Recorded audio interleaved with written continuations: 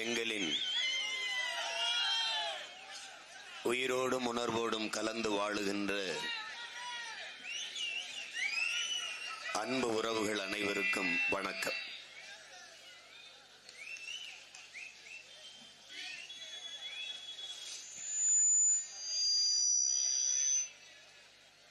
அநீதியை கண்டு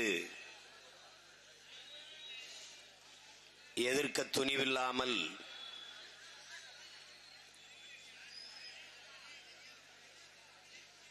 அதை சகித்துக் கொள்பவன்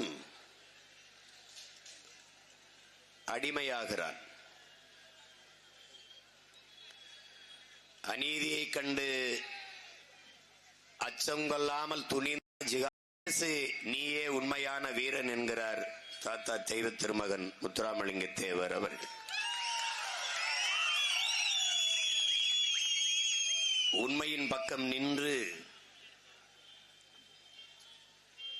நீதியை நிலைநாட்ட உங்கள் பிள்ளைகள் இந்த நிலத்திலே நின்று கொண்டிருக்கிறோம். தம்பி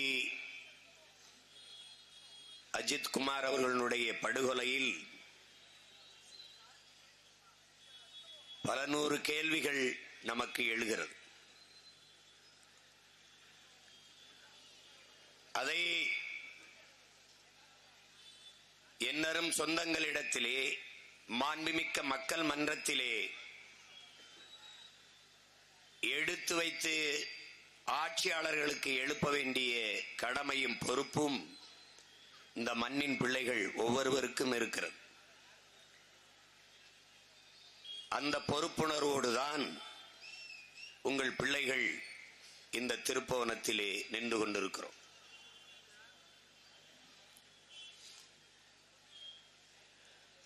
எங்களுக்கென்று ஒரு பாரம்பரியம் இருக்கிறது. மாண்புமிக்க ஒரு வீரஞ்செறிந்த மரபு இருக்கிறது. வெள்ளைக்காரர்கள் பீரங்கியும் துப்பாக்கியும் வைத்திருக்கிறார்கள். தொலை தூரத்தில் இருந்து குறிபார்த்து அவர்களால் எங்களை சுட முடியும். பீரங்கி வைத்திருக்கிறார்கள். 6 கிலோமீட்டர் 1 கிலோமீட்டர் தொலைவில் இருந்து எங்கள் மீது குண்டு வீசி எங்களை கொன்றுவிட முடியும். எங்களிடத்திலே வெறும் வாளும் வேலும் தான் இருக்கிறது. சண்டைக்கு நாங்கள் சென்றால் செத்துப்போவோம் என்பது எங்களுக்கு தெரியும். ஆனாலும் மான தமிழனுக்கு மரணத்தை விட மானமே பெரிது என்கிற உணர்விலே எங்களுடைய வீர பெரும்பாட்டியார் வேலுநாச்சியாரும் அவருடைய அருமை தளபதிகள் எங்கள் பாட்டனார்கள் மாமன்னர்கள் மருதீர்வரும் வேல்வேல் வெற்றிவேல் வீரவேல் என்று களத்திலே பாய்ந்து இந்த மண்ணின் விடுதலைக்காக இன்னுயிரை ஈந்தார்கள். அறிவார்ந்த தமிழ் சமூக சொந்தங்களே, என் அன்பு தம்பி தங்கைகளே, இந்த மண்ணிலே பல மன்னர்கள் நம்முடைய முன்னவர்கள் ஆண்டிருக்கிறார்கள். வெள்ளையர்களை எதிர்த்து மாண்டிருக்கிறார்கள். போரிலே தோற்று இருக்கிறார்கள். இந்த நிலத்தின் வரலாற்றிலே, இந்த இனத்தின் வரலாற்றிலே ஒரே ஒரு பெண்மகள் தான்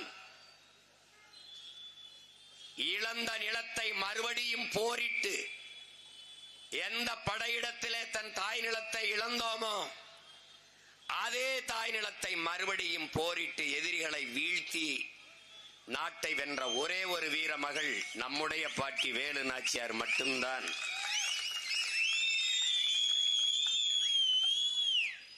அவளுடைய பேரனும் பேத்திகளும் இன்றைக்கு நீதியை நிலைநாட்டு அதிகாரத்தை எதிர்த்து போரிட்டுக் கொண்டிருக்கிறோம். எனக்குள்ளே எழுகிற கேள்விகளை என் அன்பு சொந்தங்களிடத்திலே முன்வைக்கிறேன். தம்பி அஜித் குமார் அவர்களின் மீது குற்றச்சாட்டை வைத்த பெண் நிகிதா என்கிற அந்த பெண் இதுவரை நீங்கள் எத்தனையோ குற்ற வழக்குகளை பார்த்திருக்க முடியும். குற்றத்தை கொடுக்க வருபவர், குற்றத்தை சாட்டுகிறவர் யாராவது தன் முகத்தை மறைத்து பேசியது உண்டா? இவர் என் நகையை திருடிவிட்டார் என்று சொல்ல வருகிற பெண் துணிந்து பத்திரிகையாளரிடத்திலே, ஊடகத்திலே பேட்டி கொடுக்கும் போது முகத்தை மறைத்துக் கொண்டு பேட்டி கொடுக்க வேண்டிய தேவை ஏன் வருகிறது? நீ உண்மையிலேயே அந்த பெண்மகள் நேர்மையானவர்கள், உண்மையிலே நகையை இழந்திருந்தால் முகத்தை மறைக்காது என்னுடைய நகையை இப்படி நான் இந்த வண்டியை எடுத்து விட சொன்னேன், வண்டியிலே நகை வைத்திருந்தேன், அவர் எடுத்துக்கொண்டு போய் விட்டார் என்று நேரடியாக சொல்ல வேண்டியதான. எதற்காக முகத்தை மறைக்க வேண்டும்? ஏன்? இந்த பெண்தான் நிகிதா என்கிறது இந்த பெண்தான் என்று தெரிந்த உடனேயே பல நூறு பேர் வந்து விட்டான். இவள் எனக்கு வேலை வாங்கி தருகிறேன் என்று 6 லட்சம் வாங்கி ஏமாற்றினாள். இவள் எனக்கு வேலை வாங்கி தருகிறேன் என்று 10 லட்சம் வாங்கி ஏமாற்றினாள். என்னுடைய ஆருயிர் தம்பி, என் அன்பு இளவல், தமிழ்நாடு ஃபார்வர்ட் பிளாக்கினுடைய கட்சியின் நிறுவன தலைவர் திருமாறன் சொல்லுகிறார், என்னையை திருமணம் செய்து ஒரே நாளில் ஏமாற்றி விட்டார். இவ்வளவுக்கும் அவன் ஒரு சாதாரண ஆள் கிடையாது. போற போக்கில் ஏமாத்தி விட்டு போற அளவுக்கு எளிய மகனும் இல்லை. அவன் படிச்சவன், இந்த நாட்டில் நன்கு அறியப்பட்ட ஒரு அரசியல் இயக்கத்தை வைத்து நடத்தி கொண்டிருக்கிற ஒரு தலைவனே ஏமாற்றப்பட்டிருக்கிறான். அவன் 10 லட்சம் வாங்கி கொண்டுதான் அந்த பொம்பளை என்னையே விட்டால், என்னையும் குடும்பத்தையும் நிம்மதியாக விட்டால் என்று பேட்டி கொடுக்கிறார். எண்ணற்ற குற்றச்சாட்டுகள் இப்போது வெளிவருகிறது அந்த பெண் மீது. எல்லா குற்றச்சாட்டுகளும் காவல் நிலையத்தில் பதிவு செய்யப்பட்டிருக்கிறது. அறிவார்ந்த தமிழ் சமூக தம்பிதங்கையிலே, என்னரும் பெற்றோர்களே, ஒரு வழக்கிலையாவது அந்த பெண்ணை கைது செய்து விசாரித்து சிறைப்படுத்தினார்கள் என்று செய்தி படித்தீர்களா? இல்லை. அப்ப இவ்வளவு பேர் ஏமாற்றப்பட்டிருக்கிறார்கள் ஒரு பெண்ணால். என்ன துணிவில் அவர் அதை செய்திருப்பார்? காவல் நிலையம் வரைக்கு போய் குற்றப்பதிவு நடந்த பிறகும் அவர் மீது எந்த நடவடிக்கையும் இல்லை. காரணம் என்ன? எனக்கு எழுகிற கேள்வி உங்களுக்கும் எழுந்தால் என் கேள்வியில் நியாயம் இருக்கிறது என்று பொருள். ஒரு முறை கூட அவர் கைது செய்யப்பட்டார், சிறைப்படுத்தப்பட்டார் என்று வரவில்லை. ஒருவரை ஏமாற்றினால் சரி, எதிர்பாராத ஏமாற்றம். இருவரை சரி, திரும்ப திரும்ப இதையே வேலையாக வைத்து அந்த பெண்மகள் செய்து கொண்டே இருந்திருக்கிறார். ஏன் அவர் மீது எந்த நடவடிக்கையும் எடுக்கப்படவில்லை? இந்த சமூகத்தில் மிகப்பெரிய குற்றத்தை செய்து தொடர்ந்தியாக அப்பாவி மக்களை தொடர்ச்சியாக ஏமாற்றி வந்திருக்கிற ஒரு பெண் மீது எந்த நடவடிக்கையும் இல்லை. காரணம் என்னவாக இருக்க முடியும்? இவர் வாங்கிய, மக்களை ஏமாற்றி வாங்கிய காசில் யார் நடவடிக்கை எடுக்க வேண்டுமோ அவர்களுக்கு பங்கு கொடுத்திருப்பார். அதுதான் நடந்தது. இப்போது அதே பெண் தம்பி அஜித்குமார் மீது ஒரு குற்றச்சாட்டை வைக்கிறார். என்னுடைய நகை, ஒருவர் 10 பவன் என்கிறார், ஒருத்தர் 5.5 என்கிறார், ஒருத்தர் 9 என்றார். அது உண்மையிலே நகை இருந்தா தானே உள்ள எவ்வளவு நகை எவ்வளவு இருந்தது உண்மை தெரிய வரும். சும்மா ஒரு வார்த்தை, 10 பவன் நகை, 10 பவன் நகை. எந்த காவல் நிலையத்தில் சென்று முறைப்படி அவர் புகார் அளித்தால் பதில் உண்டா? இல்லை. வழக்கம் என்ன? என்னுடைய நகையை இந்த வண்டியில் வைத்திருந்தேன், காரை பின்னுக்கு எடுத்து வைக்க சொன்னேன், அவர் வைத்த இடத்தில் திருப்பி வந்து பார்த்தேன், நகையை காணோம். நீ மருத்துவமனைக்கு போனால், அங்கேயே போனால் அந்த நகல் கதிர்வீச்சு படம் எடுக்கும் போது, அது ஸ்கேன் எடுக்கும் போது அவர்கள் கழட்டி வைக்க சொல்லி அதை எடுத்து விட்டு திருப்பி மாட்டி கொடுத்து விடுவார்கள். நம்ம ஒன்றும் புதுசா மருத்துவமனைக்கு போகல, காவல் நிலையத்துக்கு போகலையே. ஆனால் மருத்துவமனைக்கும் போகல, கோயிலுக்கு வழிபட போகிற போது வீட்டில் இருக்கிற எல்லா நகையும் கழுத்தில் போட்டுக்கொண்டு போவதுதான் நம்முடைய பெண்களுக்கு வழக்கம். ஆனால் கோயிலுக்கு வழிபட போகும்போது, அதுவும் பெண் தெய்வம் எங்கள் தாய் காளியின் கோயில், அங்கே போகிற போது கழுத்தில் இருக்க நகையை கழட்டி காருக்குள்ள வச்சுட்டு போக வேண்டிய அவசியம் ஏன் வந்தது? இவ்வளவு நகை மேல அக்கறை இருக்கிற நீ என்ன மயத்துக்கு வண்டியில் வச்சுட்டு போன?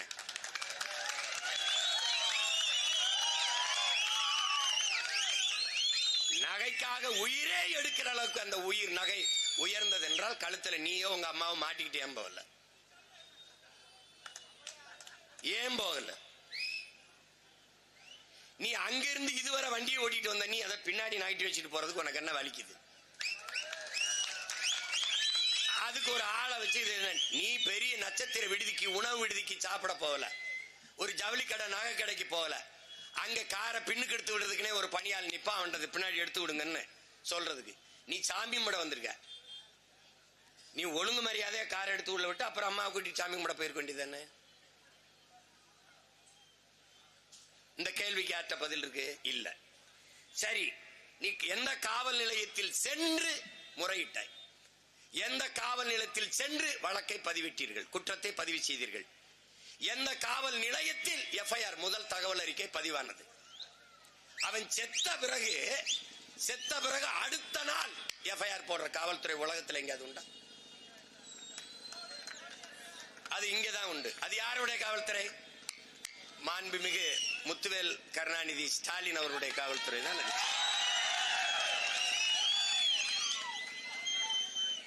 செத்த பிறகு எரிச்ச பிறகு அப்பா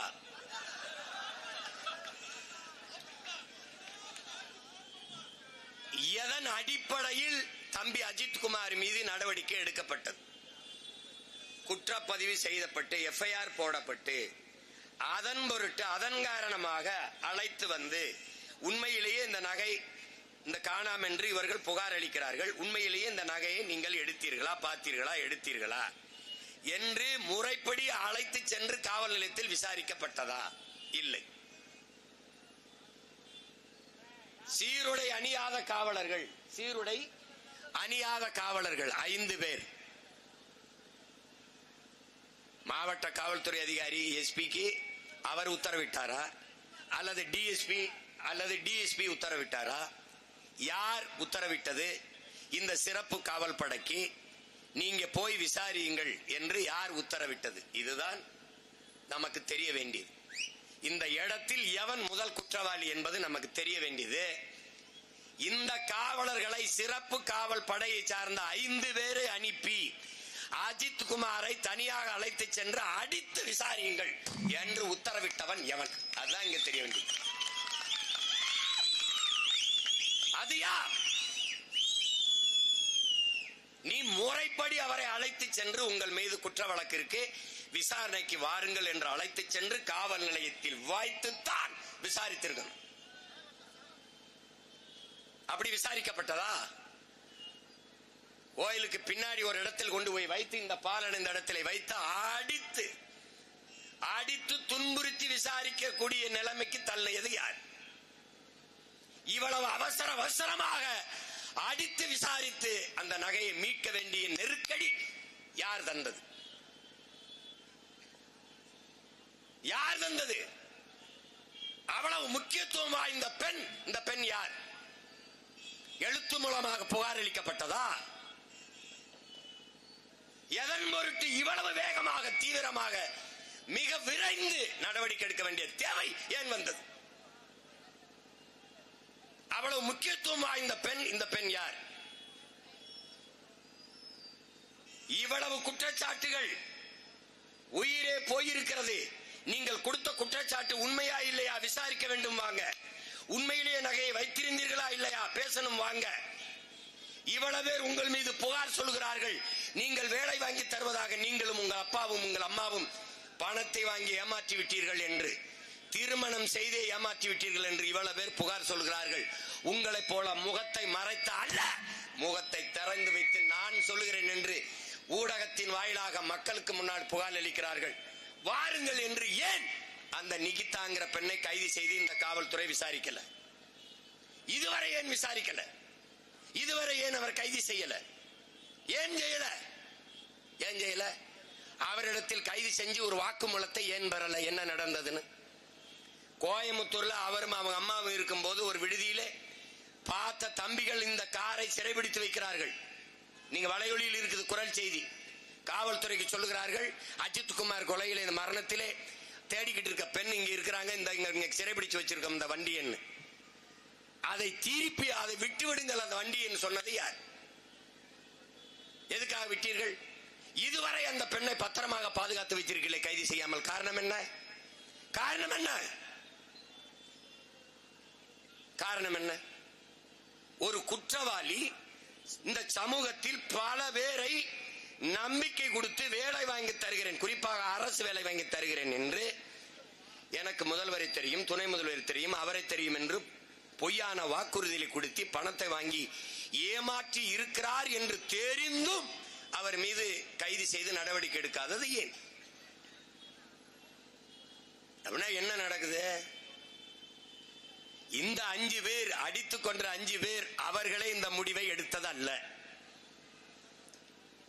அவர்களே போய் அஜித்தை அடிச்சு விசாரிக்கணும், தண்ணீர்னு கேட்கும்போது மிளகாப்பொடியை கொடுக்கணும், பிறப்பூர்ல மிளகாப்பொடியை போட்டு சித்திரவதை செஞ்சு அவன்கிட்ட அப்படி அவங்களுக்கு அவங்க எடுத்த முடிவு அல்ல. அப்ப யாரு சொல்லி யாருடைய உத்தரவின் பெயரிலே அவர்கள் அங்கு சென்று அஜித்தை அடித்து கொலை செய்தார்கள்? இதுதான் கேள்வி. எந்த அதிகாரி சொன்னவன் யார்? அப்ப நீ இவர்களை கைது செஞ்சு இடைக்கால பணி நீக்கம் செய்து அந்த உண்மையான குற்றவாளியை நீ ஏன் காப்பாற்ற துடிக்கிறாய்? தான் கேள்வி. அவன் யார்?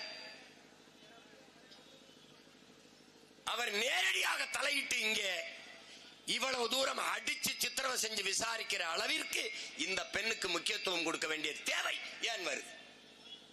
இப்படி எல்லா குற்ற வழக்கிலையும் இந்த காவல்துறை இதுபோல நடவடிக்கை எடுக்குமா? எடுத்திருக்கிறதா?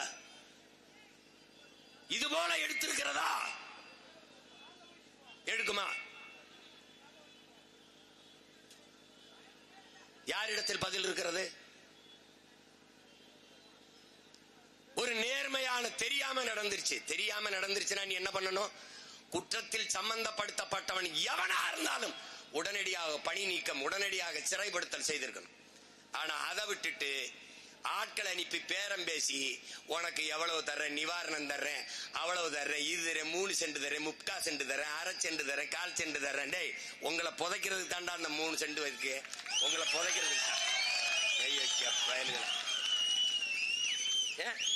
என்ன கொடுமை பாரு. அப்பவே நீ குற்றவாளி, நீ நேர்மையற்றவன். உலகத்துல ஒரு தலைவனா எப்படி இருக்குன்னு பாருடா. எங்க தாத்தா காமராஜர் முதலமைச்சரா இருக்கும்போது அக்கா மகன் ஜவஹர் மேல ஒரு கொலை வழக்கில் அவரும் சேர்க்கப்பட்டு குற்றவாளி, அவரும் இந்த கொலை வழக்கில் தொடர்பு இருக்கிறாருன்னு வருதுடா. பெத்த தாய் செத்து போனாடா, கொல்லி வச்சுக்கிட்டு இருக்கான் தலைவன். பெத்த தாய் முதலமைச்சர் கொல்லி வச்சுக்கிட்டு இருக்காரு.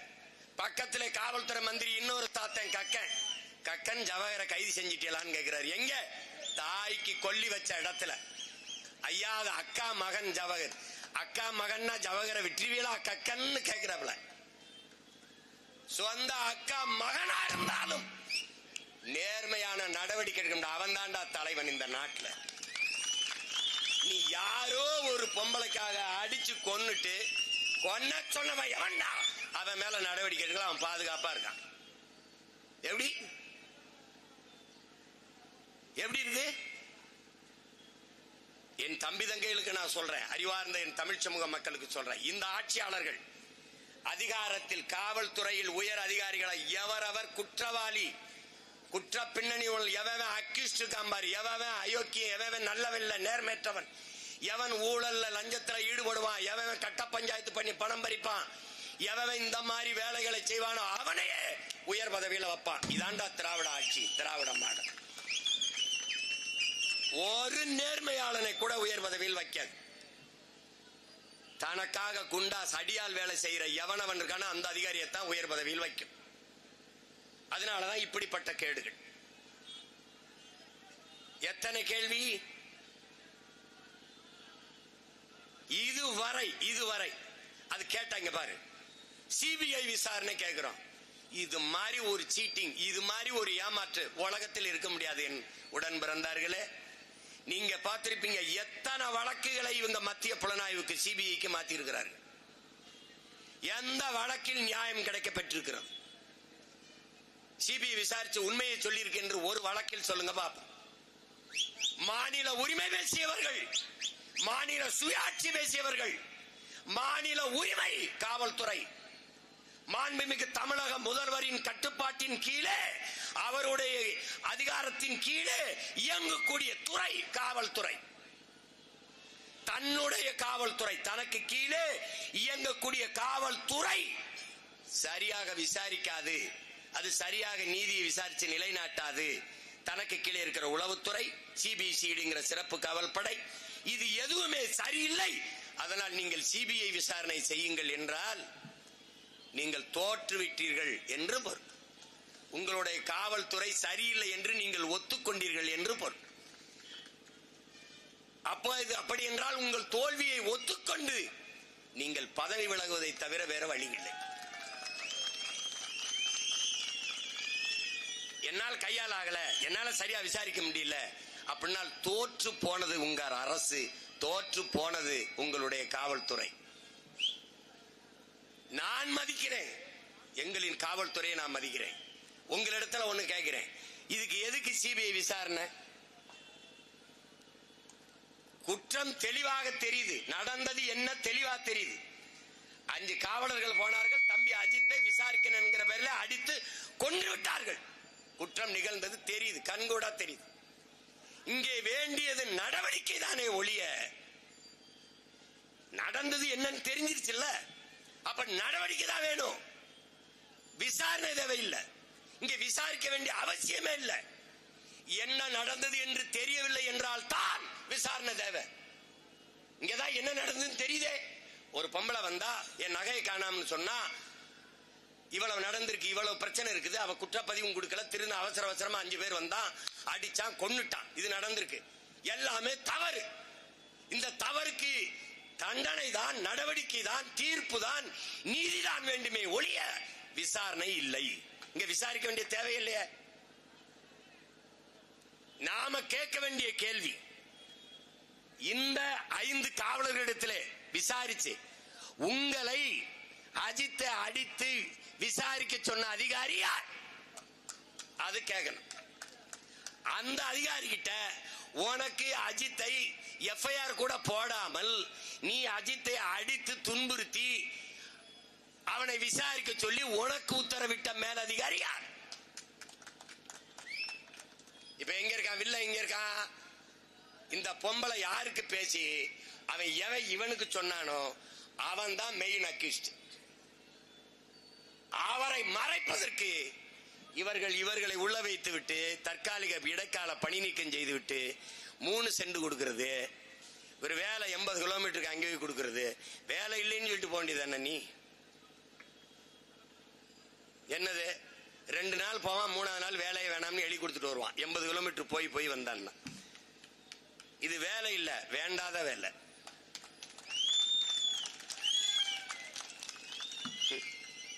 இது ஒரு ஆட்சி.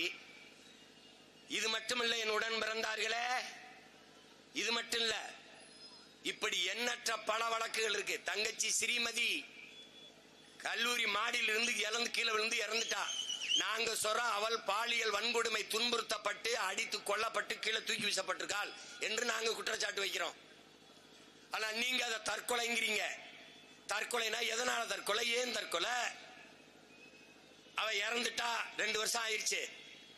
விசாரணை தெரியுமா? 2 நீதிபதிகள் விசாரிக்க, சிபிசிஐடி விசாரணை, அகில இந்தியா முழுமைக்கு விசாரணை. அன்பு மக்களே, ஒரே ஒரு ஊர்ல விசாரிக்க, ஒரே ஒரு வீர்ல ஒரு 300 குடும்பம் இருக்குமா, 400 குடும்பம் இருக்குமா, 500 குடும்பம் இருக்குமா, 1000 குடும்பத்தை வைப்போம்.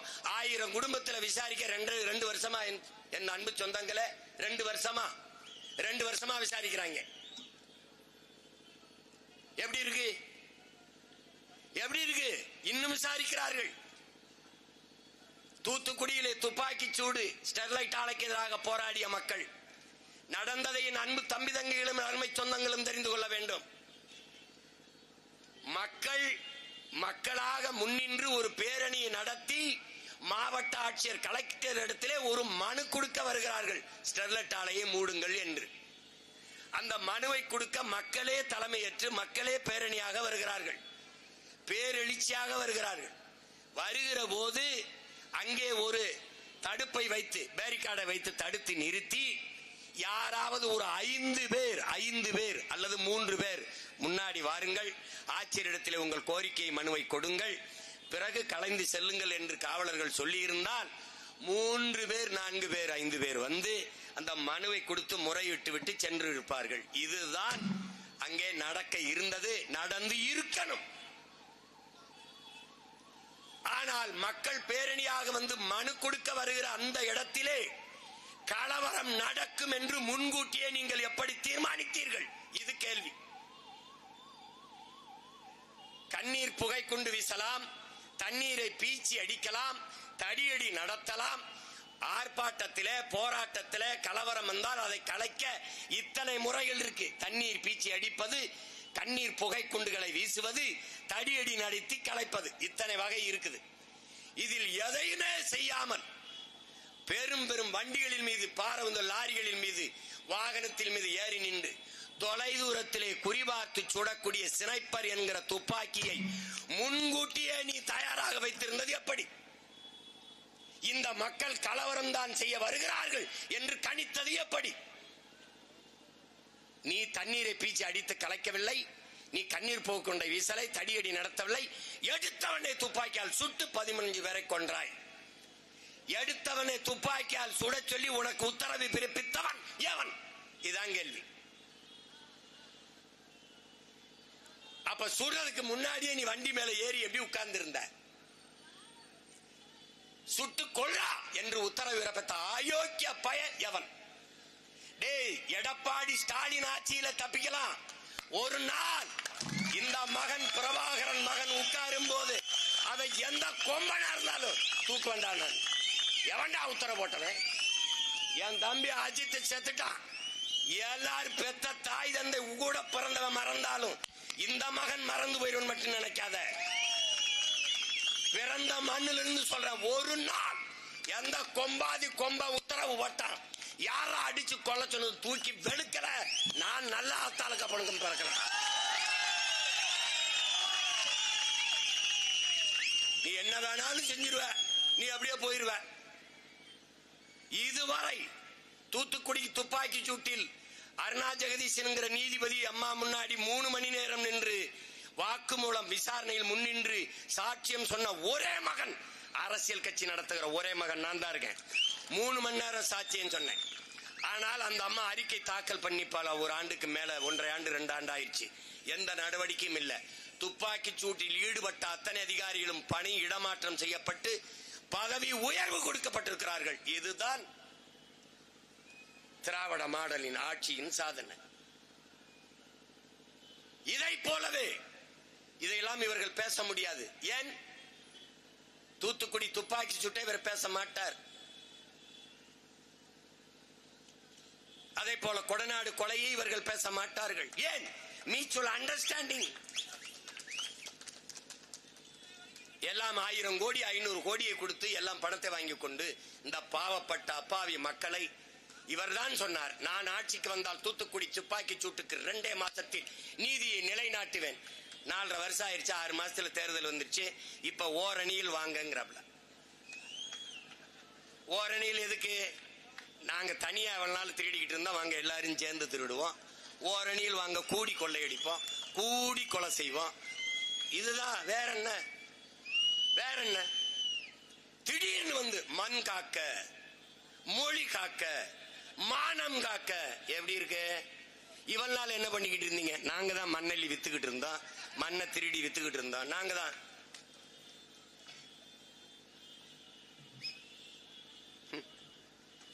மானங்கட்ட கூட்டம் நம்மளுக்கு மானத்தை காப்பாத்தணுங்குது. கேவலம். கொடநாட்டிலே 5 பேர் செத்துருக்கான். அறிவார்ந்த தமிழ் சமூக மக்களே, என்னரும் தம்பி தங்கைகளே, ஒரு முதலமைச்சர் வாழ்ந்த இடம், முதலமைச்சரின் வீடு. அது 800 ஏக்கர்ல இருக்கிற ஒரு தோட்டம், ஒரு எஸ்டேட், ஒரு பெருந்தோட்டம். அதிலே இருக்கிற ஒரு பங்களா. அதிலே 1 மணி நேரம் இல்ல, 1 நிமிடம் கூட மின்சாரம் அணையாது. காரணம், அதுக்கு தனி தடம், தனி டிரான்ஸ்பார்ம். 1 நொடி கூட மின்சாரம் அணையாது. அம்மையார் ஜெயலலிதாவுடைய பங்களா. பெரும் மாளிகை. அதுல 1 மணி நேரம் மின்சாரத்தை துண்டித்தவன் எவன்? யார்கிட்ட பதில் இருக்கு? 5 பேர் செத்தா கொன்னா கொல்ல சொன்னவன் எவன்? ஏன் எந்த நடவடிக்கையும் இல்ல. நாங்கள் வந்தால் நீதியை நிலைநாட்டுவோம் ஐயா ஸ்டாலின். ஏன் இப்ப எதுவுமே செய்யல? இல்ல. ஏன்? பணமுடன் பிறந்தவனே, பணம். திருடனுக்கு திருடன் பாதுகாப்பு. நான் அடிப்பது போல அடிக்கிறேன், நீ அழுவது போல அழு என்று 2 பேரும் நாடகம் போடுவான். அஜித் குமார் கொலையை எடப்பாடி ஐயா பழனிசாமி பேசினால், நீ ஜெயராஜ் பெண்ணிசை எப்படி கொன்றாய்? 2 பேரும். ஏன்னா 2 பேருமே கொலகாரப்பே. எவனும் எதையும் பேச தகுதியற்றவன். இந்த மண்ணில் இந்த மகனை தவிர உங்கள் பிள்ளை என்னையும் என் உடன் பிறந்தார்கள், என் தங்கைகள் தம்பிகளை தவிர துணிந்து கேள்வி கேட்கிற திராணி துணிவு ஒருத்தனுக்கு இருக்க முடியாது. ஏன்? சீட்டுக்காக நோட்டுக்காக நிக்கிறவன் நாட்டுக்காக நிக்க மாட்டான். வாக்குக்காக நிக்கிறவன் மக்களின் வாழ்க்கையை பற்றி கவலைப்பட மாட்டான். எனக்கு நீ போட்டா போடு, போலேனா போ, அதை பத்தி பிரச்சனை கிடையாது.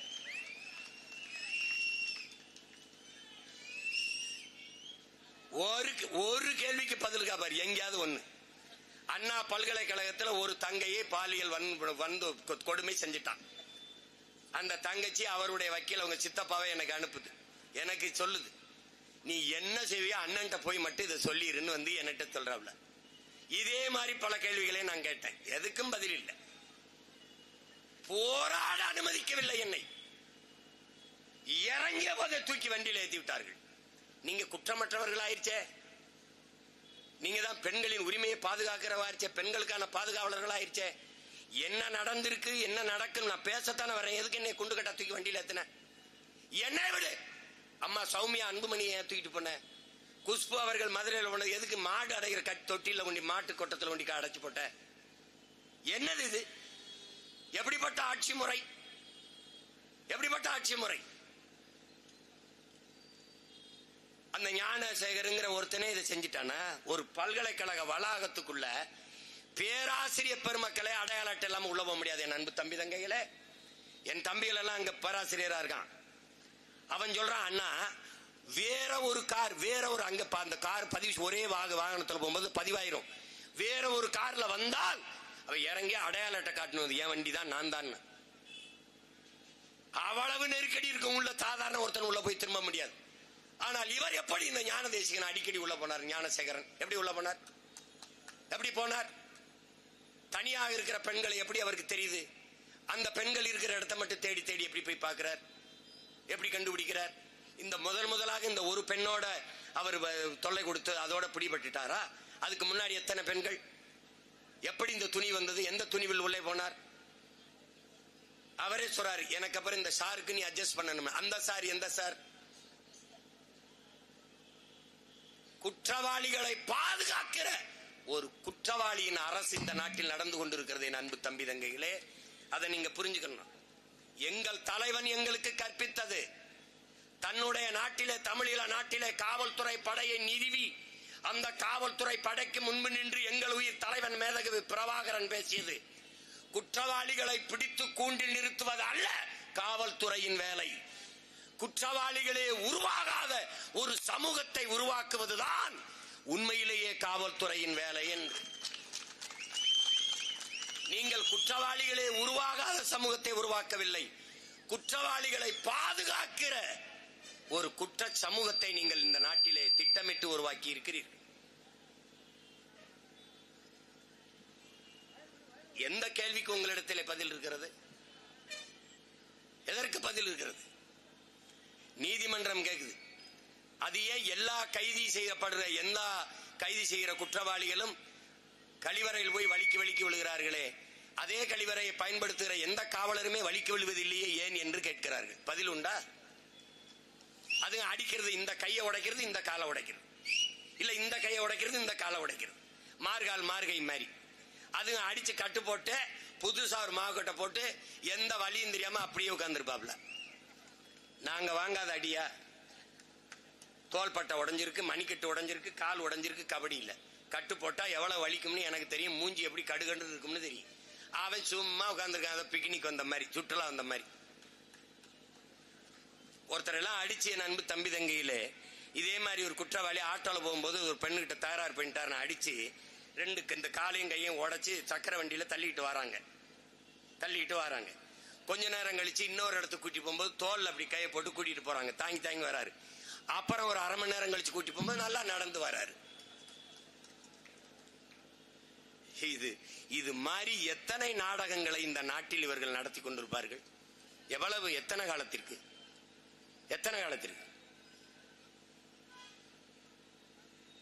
25க்கும் மேற்பட்ட காவல் நிலைய மரணங்கள் இந்த ஆட்சியில் மட்டும் நடந்திருக்கு.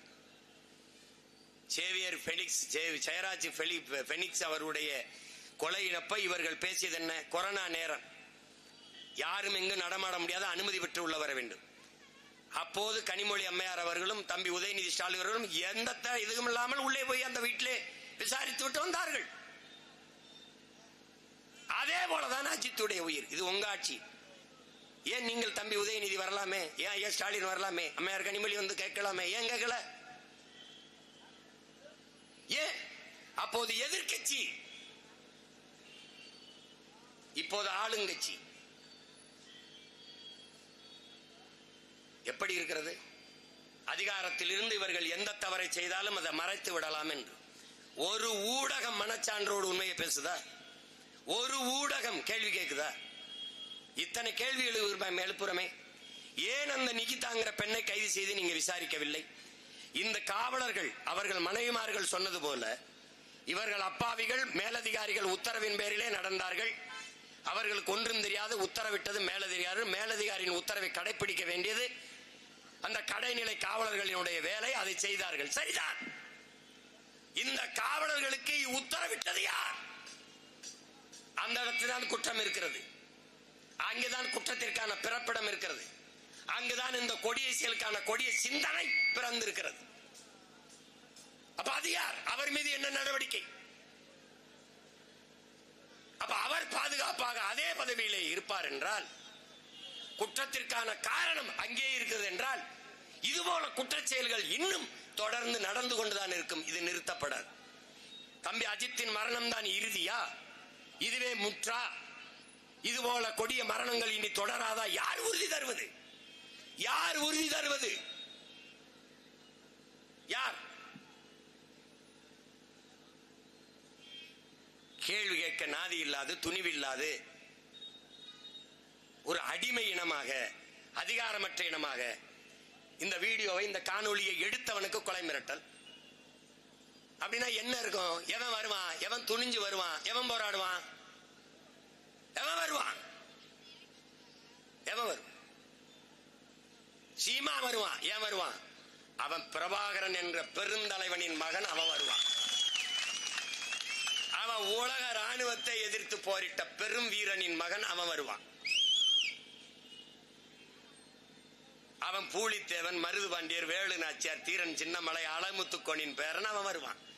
அவன் வெள்ளையத்தேவன், சுந்தரலிங்கத்தின் பேரன், பண்டாரவண்டியன், பெரும்பிடுகு முத்தரையனின் பேரன். அவன் வருவான். இங்க எவன் வருவான்? மரணத்துக்கு அஞ்சாதவனே மாவீரனாகிறான்ங்கிறது எங்க முன்னவர்கள் கடைபிடித்த கோட்பாடு. அதை பின்பற்றுகிற பிள்ளைகள் நாங்கள் வருவோம். உயிரும் மயிரும் ஒன்று என்று கருதுகிற பிள்ளைகள் நாங்கள் வருவோம். வேற எவன் வருவான்? நீ என்ன செஞ்சிட முடியும்? என்ன செஞ்சிட முடியும்? 260 வழக்கு போட்டிருக்க. என்ன புடுங்கிட்டியா? என்னைய 260 வழக்கு போட்டிருக்க. நான் ஏறாத நீதிமன்றம் உண்டா? ஏறாத நீதிமன்றம், பார்க்காத சிறை உண்டா? எல்லா சிறையிலையும் இருந்திருக்கேன். இந்த புதுசா ஜெயில போட போறியா? என் பங்காளி வடிவேல் சொல்ற மாதிரி சிறை பரவிடா. நாங்க மாதிரி ஜெயில் கட்டினதே எங்களுக்கு தான். நீ மரணத்துக்கு அஞ்சாம தூக்குல தொங்குனவன் பிள்ளைங்க. நாங்க புறங்கைய கட்டிட்டான், முழங்காலுக்கு கீழே கெண்ட காலையும் கட்டிட்டான், முட்டி கால போட வச்சுட்டான். எங்க பாட்டனை முட்டி கால போடுச்சு, கழுத்துல தூக்கு கயிறை மாட்டிட்டான். 2 பேரும் முட்டி கால் போட்டு நிற்கும் போது பக்கத்துல 7 வயசு பையன் கழுத்துலயும் தூக்கு கயிறை மாட்டிட்டான் வெள்ளக்காரன். எங்க பாட்டன் பெரிய மருது கேட்கிறாரு, டேய் நான் உன்னை எதிர்த்து போரிட்டேன், என்னை தூக்குல போடுற, சரி இந்த 7 வயசு பையன் என்னடா பண்ணா, நீ எதுக்குடா அவனை தூக்குல போடுறாங்க? அதுக்கு வெள்ளக்காரன் பதில் இல்ல. காரணம் என்ன? 7 வயசு பையன் எதுக்குலாம் தூக்குல போனவன்? ஏன் போனோம்? மருதுபாண்டியனின் பரம்பரையில் வந்த வாரிசு அவன். 7 வயசு பையன்தானே என்று விட்டு விட்டு சென்றான். நாளைக்கு அவன் மருதுபாண்டி பேருள்ள மாபெரும் பாண்டியா வருவான்னு பயந்து 7 வயசு பையனையும் தூக்குல போட்டான் வெள்ளக்காரன். மரணத்திற்கு அஞ்சாத மாவீரர்களின் பரம்பரையில் வந்தவன் நாங்க. இதெல்லாம் ஒண்ணும் கிடையாது. இது அநீதி. எங்களுக்கு வேண்டியது நிதி அல்ல, நீதி. பெருமக்களே, நீதி. உன் நிவாரணத்துக்கு கொண்டு குப்பையில போடு. நீ என்னடா 5 லட்சம் 10 லட்சம் கொடுக்கிறது? நாங்க ஆளுக்கு 100 ரூபாய் போட்டாலே 1 கோடி 1.5 கோடி கொடுக்க முடியுங்களா?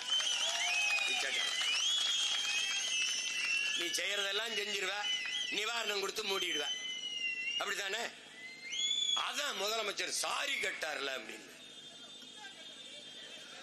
சாரி கேட்ட அப்ப நமக்கு என்ன தோணுது? எதையும் செய்யலாம், சாரி கேட்கலாம். சாரி கேட்டுட்டார், சாரி கேட்டுட்டார். அதை விட வேற என்ன செய்ய முடியும்? அதான் அவர் வருத்தம் தெரிவிச்சிட்டாரே என்று சொல்லுகிற பெருமக்களே, உங்களை கொன்று விடலாம், உங்கள் குடும்பத்தினரிடத்திலே சாரி கேட்டு விடலாம். சரியாகி விடுமா என்றால் யோசித்து பாருங்க, எப்படி இருக்கும்? எப்படி இருக்கும்? இதே மரணம் உங்கள் வீட்டில் நிகழ்ந்திருந்தால், கொலைகாரன் கொலை செய்தவர் சாரி சொல்லிவிட்டால் நீங்கள் மகிழ்ச்சியாக விட்டு விடுவீர்களா? சரியாகி விடுமா? உயிர் இழப்பிற்கு எதை பொருட்டும் ஈடுகட்ட முடியாத என் அன்பு சொந்தங்களை, எதன் பொருட்டும் உயிரின் இழப்பை ஈடுகட்ட முடியாது. அஜித்துங்கிற 28 வயது இளைஞனின் கனவு என்ன? அவன் தாயை அப்படி வைத்துக் கொள்ள வேண்டும், தம்பி இப்படி வைத்துக் கொள்ள வேண்டும், தன் குடும்பத்தை இப்படியெல்லாம் வாழ வைக்க வேண்டும், எப்படியெல்லாம் உழைத்து தன் குடும்பத்தை முன்னேற்ற வேண்டும் என்ற பெருங்கனவு இங்கே இருக்கிற ஒவ்வொரு மகனுக்கும் இருக்கும். அந்த கனவை எல்லாம் அடித்து அடித்து நொறுக்கி சிதைத்தவர்கள் யார்? அடித்தே கொள்கிறார்கள் என்றால், ஒரு உடலில் இருந்து உயிர் பிதுங்கி கசிந்து வெளியேறுகிறது என்றால், எவ்வளவு தூரம் அடிச்சு அடிச்சு அடிச்சு துன்புறுத்தி உயிரே போற அளவுக்கு என்றால், எவ்வளவு வலிதாங்கி அந்த மகன், அந்த உயிர் எவ்வளவு வலிதாங்கி பிரிந்திருக்கும் என்பதை அறிவார்ந்த தமிழ் சமூக மக்கள், உணர்வுள்ள ஒவ்வொரு பிள்ளைகளும் நீங்கள் எண்ணி பார்க்க வேண்டும். அந்த வலிக்கு ஈடாக இந்த மண்ணில் எது இருக்கிறது என்பதை நீங்கள் சிந்தித்து பார்க்க வேண்டும். பெற்ற மகனை இழந்து கண்ணீர் வடிக்கிற அந்த தாயின் கண்ணீருக்கு என்ன விலை இருக்கிறது என்பதை நீங்கள் எண்ணி பார்க்க வேண்டும். இவ்வளவு ஒரு கொடிய செயலை செய்துவிட்டு அதை திருப்பி திசை மாற்றி எப்பவுமே இப்படித்தான் பலியிடுவார்கள். என் அன்பிற்குரிய சொந்தங்களே, கள்ளக்குறிச்சியிலே கள்ளச்சாராயம் குடிச்சு செத்தார்கள் 61 பேருக்கு மேல். ஒரு வீட்டிற்கு 10 லட்சம் கொடுத்தார்கள். இந்த அரசு என்ன சொல்ல வருகிறது? நாட்டின் பாதுகாப்புக்கு எல்லையிலே நின்று செத்து திரும்பி வந்த உடல், உயிரற்ற உடல் வீடுகளுக்கு வருகிறது. ராணுவ வீரனின் உடல். இவர்கள் சென்று மரியாதை செலுத்தியது, இந்த அமைச்சர் பெருமக்கள் போய் பார்த்தது, அந்த வீடுகளுக்கு இவர் கொடுத்த நிதி ஊக்கம், நிதி உதவி ஒன்றும் கிடையாது, ஒன்றுமே கிடையாது. நாட்டின் பாதுகாப்புக்கு நின்று செத்து வந்தவனை கண்டுகொள்ளாத இந்த நாடு சாராயம் குடிச்சு செத்தவனுக்கு 10 லட்சம் கொடுக்கிறது. இது என்ன சொல்ல வருகிறது? சாவது என்றானால் சாராயம் குடிச்சு சாங்கல். 10 லட்சம் கொடுக்கிறோம், குடும்பத்தில் பிள்ளைகளை எல்லாம் படிக்க வைக்கிறோம், வீட்டுக்கு ஒருவருக்கு அரசு வேலை கொடுக்கிறோம் என்கிறது. அப்படி என்றால் இந்த செயலை சட்டப்படி குற்றம். சாராயம் காய்ச்சுவதும் விற்பதும் அந்த சட்டப்படி குற்ற செயலை அரசு சட்டப்படி ஊக்கப்படுத்துகிறது. இதுதான் இந்த அரசு. எப்படி இருக்கு? காவலர்களால் அடித்து கொல்லப்பட்ட அஜித்துக்கு 5 லட்சம் நிவாரணம், கள்ளச்சாராயம் குடிச்சு செத்தவனுக்கு 10 லட்சம் நிவாரணம். இதுதான் திராவிட மாடல் ஆட்சி. இந்த நாடை எதை நோக்கி நகர்த்துகிறார்கள் என்பதை அறிவார்ந்த தம்பி தங்கிகள், மண்ணள்ளி விற்பவன், மலையை குடைந்து கற்குவாரிகள் எம்சாண்ட் என்று விற்பவன், மணலை எல்லாம் சவடு மணல், அந்த மணல் தூர்வார்கள் என்று அள்ளி விற்பவன் எல்லாம் சமூகத்தில் மதிப்புமிக்க பெருமகன், போற்றத்தக்க முதலாளிகள், குவாரி ஓனர், மணல் குவாரி ஓனர், அதிகாரத்திற்கு அவர்களோடு நேரடி நெருக்கம். ஆனால் பொய் குற்றச்சாட்டிலே நகையை திருடி விட்டான் என்பதற்காக உரிய நேர்மையான உண்மையான விசாரணை இல்லாமல் அடித்துக் கொள்வது, இதுதான் இந்த ஆட்சி முறை. அண்ணல் அம்பேத்கர் சொல்கிறார், அதிகாரம் மிக வலிமையானது என்று. ஆனால் இந்த திருட்டு திராவிடர்களின் அதிகாரம் மிக கொடுமையானது இருக்கிறது, கொடுமையானதாக இருக்கிறது. என் அன்பு மக்களே, இதை ஒழிக்க வேண்டும். சீமானும் அவன் தம்பிகள் முதல்ல வந்து போராடினார்கள். இப்போது சீமான் போராடுகிறார். அவர் கத்தி விட்டு போய் விடுவார் என்று நினைக்காத. முச்சந்தில் நின்று கத்திக்கிட்டே சாகிறதுக்கு வந்தவன் நினைக்காத. என்னை கேட்பான், நீ முதலமைச்சர் ஆகிறதுக்கு தான் கட்சி ஆரம்பிச்சிருக்கியா சீமான்? நான் சொன்னேன், இல்ல முச்சந்தில் நின்று கத்திட்டு சாகிறதுக்கு தான் கட்சி ஆரம்பிச்சிருக்கேன். டேய், வந்தவன் போனவன் நாய் வேறையெல்லாம் என் நாட்டை ஆளணும்னு நினைக்கும் போது, இது என் நாடு, என் நிலம், என் மக்கள்.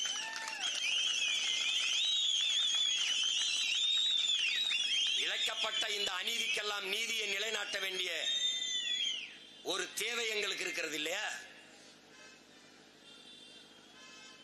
ஒரு நாள் இந்த நிலமும் அதிகாரமும் எங்களுக்கு வரும், விரைவில் வரும். இன்னும் 10 மாதங்கள் தான் இருக்கிறது. எங்களுடைய பாய்ச்சலை எந்த கொம்பனாலும் தடுக்க முடியாது, எவனும் எதிர் நிற்க முடியாது. அன்னைக்கு நீங்க இப்படி தப்பிக்க முடியாது. உரிய விசாரணை செய்து உரிய விசாரணை செய்யணும். இந்த சிபிஐக்கு மாத்திரேன் அதை மாத்திரேன்னா நீ ஏமாத்துறான்னு அர்த்தம். குற்றம் தெளிவா தெரியுது, அடிச்சு கொன்னுட்டாங்க, அடிச்சவங்க தெரியுது. அவர்கள்ட்ட விசாரி, யார் உனக்கு அடிக்க சொன்னது என்று. இந்த டிஎஸ்பியா எஸ்பியா யாரு? எஸ்பி கிட்ட கேளு. நான் எஸ்பி கிட்ட பேசினேன் ஆர்ப்பாட்டத்துக்கு, நீங்க மனு கொடுங்க, மேலிடத்துல கேட்டு சொல்றேங்கிற. அப்ப மேலிடம் ஒண்ணு இருக்குல்ல, இப்ப அடிக்க சொன்ன அந்த மேலிடம் யார்? அதானே. அந்த மேலிடம் எந்த மேலிடம்? அந்த மேலிடம் எந்த மேலிடம்? அதுதான் இப்ப தெரியும். தம்பி ஆம்ஸ்ட்ராங் நன்கு அறியப்பட்ட ஒரு தலைவன், ஒரு இளம் தலைவன். அவன் வீட்டு வாசலிலேயே அவனை கொன்றுவிட முடியும் என்று கொலைகாரர்களுக்கு எப்படி துணிவு வந்தது? எப்படி துணிவு வந்தது? கொன்று விட்டார்கள். ஆம்ஸ்ட்ராங் இறந்து விட்டார். இந்த கொலைகாரருக்கு அவர் கொள்ள வேண்டிய தேவை என்ன? அவரை கொன்று முடிக்க வேண்டிய தேவை அவசியம் என்ன? இவர்களுக்கும் ஆம்ஸ்ட்ராங்குக்கும் எந்த பிரச்சனையும் கிடையாது. யாரோ ஒருவன் கொல்ல சொல்லியிருக்கான், அவன் யார்? இந்த கொலையாளிகளை கைது செய்தீர்கள். நீதிமன்றத்திற்கு மாதத்துக்கு ஒரு தடவை நீங்கள் விசாரணை கொண்டு போய் நீதிமன்றத்தில் நேர் நிறுத்துகிறீர்கள், வண்டியிலே ஏத்துகிறீர்கள், இறக்குகிறீர்கள், நாங்கள் பார்க்கிறோம். இவர்களிடத்திலே நீங்கள் பெற்ற வாக்கு மூலம் என்ன? ஆம்ஸ்ட்ராங்கை ஏன் கொண்டீர்கள்? யார் கொலை செய்ய சொல்லி கொன்றீர்கள்? அவன் தெரிந்துவிடும் யார் கொலை செய்ய சொன்னார் என்று. அவரை கைது செய்து ஏன் கொன்றாய்? எதற்காக கொன்றாய்? ஆம்ஸ்ட்ராங்கை கொல்ல வேண்டிய தேவை உனக்கு என்ன? காரணம் என்ன? அதை கண்ணுணர்ந்து வெளிக்கொண்டு வந்து மக்களிடத்தில் சொல்லாத வரை இந்த ஆட்சி அநீதியான ஆட்சி, அநியாய ஆட்சி. நான் சொல்லுகிறேன், இத்தனை கொலையும் நிகழ்த்தியவர்களே ஆட்சியாளர்கள் தான் என்று நான் குற்றம் சாட்டுகிறேன். ஆம்ஸ்ட்ராங் கொலைக்கு அதிகாரத்தில் இருக்கவனுக்கு எந்த சம்பந்தம் இல்லை. விசாரிச்சா எவன் கொலை சொன்னான்னு தெரிஞ்சிடும். இந்த அவரே சொல்றாங்க.